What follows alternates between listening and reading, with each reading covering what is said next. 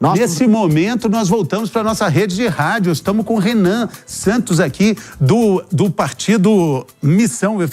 A Ana Érica me corrigiu tanto, não pode falar o Missão, mas o partido Missão. Pode ser o partido Missão ou a Missão. Sabe o tanto que a Ana fala, não pode falar o partido. Missão é o que o PT fez durante todos esses anos de governo. Eu pensei que o Missão era sobre a posição de vocês nas eleições passadas, né? Que vocês declararam neutralidade no segundo turno. Coragem do Henrique. Não existe neutralidade nada aí. Coragem do Henrique.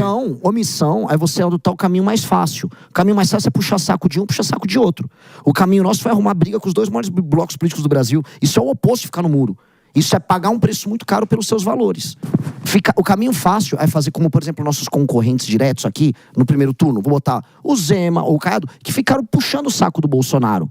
Puxar o saco, você ganha. Você tem um bloco que puxa o saco, igual o Boulos puxa saco do Lula. Você não gosta de ninguém? Não é que eu não gosto de ninguém. Eu gosto de quem é corajoso e que faz trabalho sério. Mas não tem nenhum corajoso ali, os caras são candidatos. Para ser candidato tem que ter, no mínimo, um pouco de coragem, não? Tá, então, eu vou falar então que qualquer um, o Padre Kelmon é corajoso. Então, eu vou ficar reconhecendo os méritos de todo mundo que é candidato. Candidatos têm que, antes de tudo, ter um partido e ser nomeado a ser candidato pelo partido. Então, eu posso fazer uma lista inteira, botar do Emael ao Padre Kelmon e falar que todo mundo é corajoso, não é assim.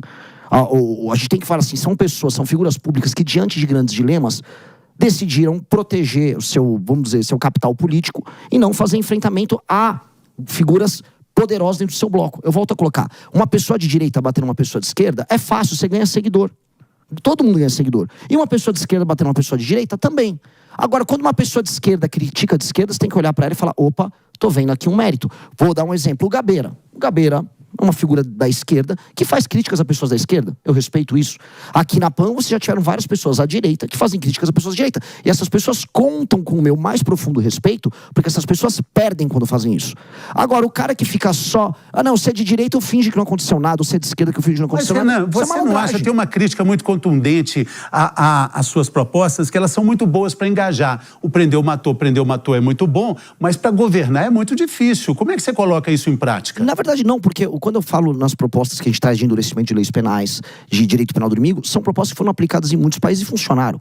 Então elas são altamente funcionais. O problema aqui no Brasil, a gente naturalizou o absurdo. O Brasil, você fala, é errado ter favela. As pessoas, não, como assim? A favela faz parte da paisagem brasileira, a nossa cultura é favela.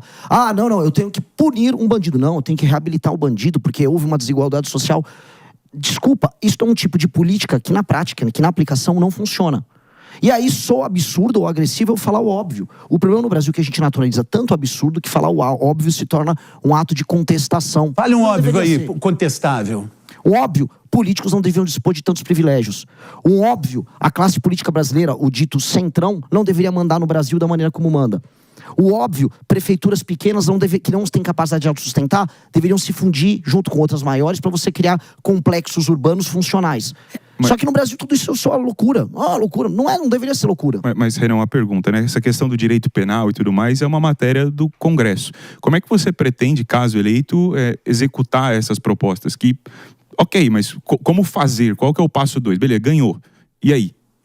E depois? Porque existe uma questão de governabilidade. E eu acho que nessa tem uma questão que é cláusulas pétreas da Constituição. Você imagina que é o momento de ter uma nova Constituinte? Vamos lá, são duas perguntas diferentes. Primeira coisa, o direito penal do inimigo e as alterações às leis penais não mexem com cláusula pétrea. Elas mexem, por exemplo, com matéria constitucional, o que é diferente de cláusula pétrea. São duas coisas diferentes. Congresso. Óbvio, mas... E presidencial? O presidente ele tem poder de iniciativa para projetos, tanto com medidas provisórias, quanto projetos de lei, quanto PEC que ele manda. O Henrique, ele está falando de governabilidade. Então, eu vou reinterpretar a tua pergunta. Você está falando, você teria que ter governabilidade. Lógico. Num regime republicano democrático, você tem que construir governabilidade. O problema é que a gente vive num país doente, maluco, que a governabilidade se dá tendo que fazer acordo com bandido. E, infelizmente, todos os presidenciáveis, se chegarem lá, vão ter que sentar na mesa para conversar com bandido. Porque o povo brasileiro elege bandido. O povo brasileiro vem de voto e elege bandido e você vai ter que sentar lá para conversar com o bandido. O que eu não vou fazer é negócio com o bandido. Não, mas você pode fazer negócio com Donald Trump, por exemplo, que quer interferir na soberania nacional de alguma forma. Aí é um papel de Estado que o presidente da República... Você concorda que ele entre aqui para combater as facções criminosas? Nunca. Não deixaria? Nunca. Mas aí você já vai brigar com o Trump? Isso não é brigar com o Trump. Ajuda sim. O quê? Parcerias estratégicas. Parceria tecnológica, parceria de troca de informações sobre movimentações financeiras. Não, tem que entrar para subir o morro. Não, ter tropas americanas no território brasileiro? De certa forma. Uma base militar aqui, como parte da direita. Eu não sou o Flávio Bolsonaro, que ficaria, assim, ele teria prazer quase sexual em uma coisa dessa acontecer. Ou o Lula vem da China se colocar aqui. Quem tem que fazer isso são as forças policiais. Mas a China nunca falou em vir pra cá, né? Mas eu tô falando do prazer sexual do Lula com a China. Não tô falando se a China vai colocar ou não a tropa aqui. Estou falando outra coisa, deixa eu molhar o bico. O caso do Trump e o caso o caso da direita brasileira e da esquerda brasileira são casos de um puxa-saquismo crônico. Um com a China e outro com os Estados Unidos. As forças policiais brasileiras, eu tive no BOPE, as forças policiais brasileiras dispõem de toda a capacidade de destruir o crime organizado. Assim como o COAF, a Polícia Federal, dispõe dos instrumentos de inteligência para isso. O Estado brasileiro tem que querer fazer. Renan, mas todo mundo tem um grande herói, né? Um grande herói político e tal. O seu seria o Milei? Eu tenho talvez 2 grandes heróis políticos. Um do passado seria o grande Alexandre da Macedônia, filho de Filipe da Macedônia, que construiu o maior dos impérios. E o segundo, Lee Kuan Yew. Lee Kuan Yew, que transformou a Singapura, que era uma vila de pescadores devastada pela guerra, com brigas étnicas, favelizada, numa das nações mais incríveis do mundo. Todo mundo tem que estudar a história de Lee Kuan Yew. O presidente de El Salvador estudou Lee Kuan Yew. E a gente precisa estudar o Lee Kuan Yew, tá? Se a gente quiser transformar o Brasil num país sério, nós temos que estudar o caso. Não tem nenhum em Brasília, não? Não, na história do Brasil, quem que é o que você mais chega perto de admirar? História do Brasil? Eu vou falar de pessoas que tiveram horizonte de Brasil. Não concordo com as políticas aplicadas, especialmente em matéria econômica, mas Kubitschek tinha uma perspectiva, tinha uma visão de Brasil. Não concordo com a visão ideológica dele, mas Fernando Henrique foi um presidente que implementou reformas. Estou falando de pessoas que foram funcionais, imaginaram um Brasil diferente e executaram. Eu admiro quem faz isso, mesmo não concordando totalmente. Fora da política nacional, tivemos algumas lideranças estaduais que tiveram perspectivas. Por exemplo, Tasso Gereissati olhou e falou para o estado do Ceará: vou tentar industrializar aqui, e conseguiu. Eu visitei o interior do Ceará e vi coisas interessantes. Por exemplo, Ronaldo Caiado fez isso com a política pública de segurança, né? Jazz, volta e meia fala, o estado ficou mais seguro. E ele falou uma frase muito interessante. Você disse agora que você não é Flávio Bolsonaro. Ronaldo Caiado alfinetou também o Flávio Bolsonaro. Vamos ver o que ele disse? Eu quero ver você comentando também. Vamos ouvir. Tenho um orgulho enorme, como todos nós temos orgulho do nosso sobrenome. Agora, o nosso sobrenome não é currículo. Você concorda comigo? Quer dizer, você, para ser jornalista, você teve que suar para poder chegar nesse patamar. Não é porque seu pai era um bom jornalista. Então, essas coisas, nós nos orgulhamos do nosso nome de família. Agora, ele não vai nos credenciar amanhã para sermos um bom médico, um bom engenheiro, um bom governador, um bom presidente. O que vai nos credenciar é o resultado de vida nosso no trabalho. Com a palavra Renan Santos. Bom, vamos lá. Disse Ronaldo Caiado, herdeiro de uma família política que administrava Goiás ainda no século XIX. Cuidado para não mexer com a Jess. É verdade. Não te aconselho brigar com a Jess. Mas ele não virou candidato por causa disso. Não, ele pode não ser, mas ele tem um legado político familiar com todos os membros anteriores da família dele que credenciam ele como um líder natural naquela região. Sim. É natural esse processo. Aí ele tem que se validar sendo ou não sendo um bom governador. Agora, ele também é sobrenome. Ele também faz parte de famílias oligárquicas que administram estados brasileiros. Romeu Zema não. Romeu Zema, a família a família não é família empresarial. Não, tudo bem, empresarial.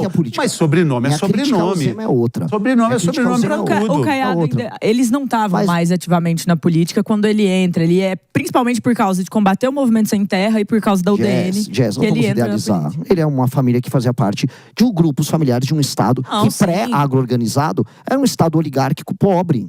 Sim, Goiás, e ele fez um bom trabalho. Conheço... Não estou falando desse trabalho, eu tô falando assim, se voltar para os anos 70, 60, para Goiás... Renan, quando ele entra, assim, biografia do Ronaldo Caiado, quando ele entra na UDN, quando ele faz aquilo, nem a família dele queria que se entra... O DR, União Democrática Ruralista. Quando ele entra e ele vai combater o MST, quando ele vai com esse discurso, nem a família dele mais queria estar tão... Mas eu vejo mérito nisso, você não está entendendo, Jess. Eu não estou tirando nenhum mérito pessoal do Caiado. O que eu estou falando de maneira clara ele também faz parte disso. Ele também faz parte de uma tradição política brasileira que é oligarca. Se eu não puder fazer isso, eu não vou poder falar da família do João Campos, que está lá mandando em Pernambuco desde o período colonial da cana, que tinha família com escravo lá na zona da mata. A família Lira, né? Vou falar outra aqui, da família do Flávio Dino. O Flávio Dino estava desde o século XIX, família mandando. Ou a gente ataca esse ponto, que é um ponto claro, porque a gente pode falar, olha, o Caiado é um deles que tem bons nomes nisso. E entregou, foi um bom governador. Não nego aqui. O que eu tô falando, entretanto, é de um problema clássico do Brasil. O Brasil é administrado... Não falando de nome, mas de sobrenome, mas de nomes, existem vários Renans também com outros sobrenomes que são também de grandes famílias que há longo tempo estão aí na política, né? Meu nome é um nome amaldiçoado, cara.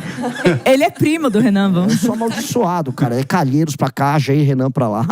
O único questão do vôlei que tinha, mas ninguém lembra dele mais.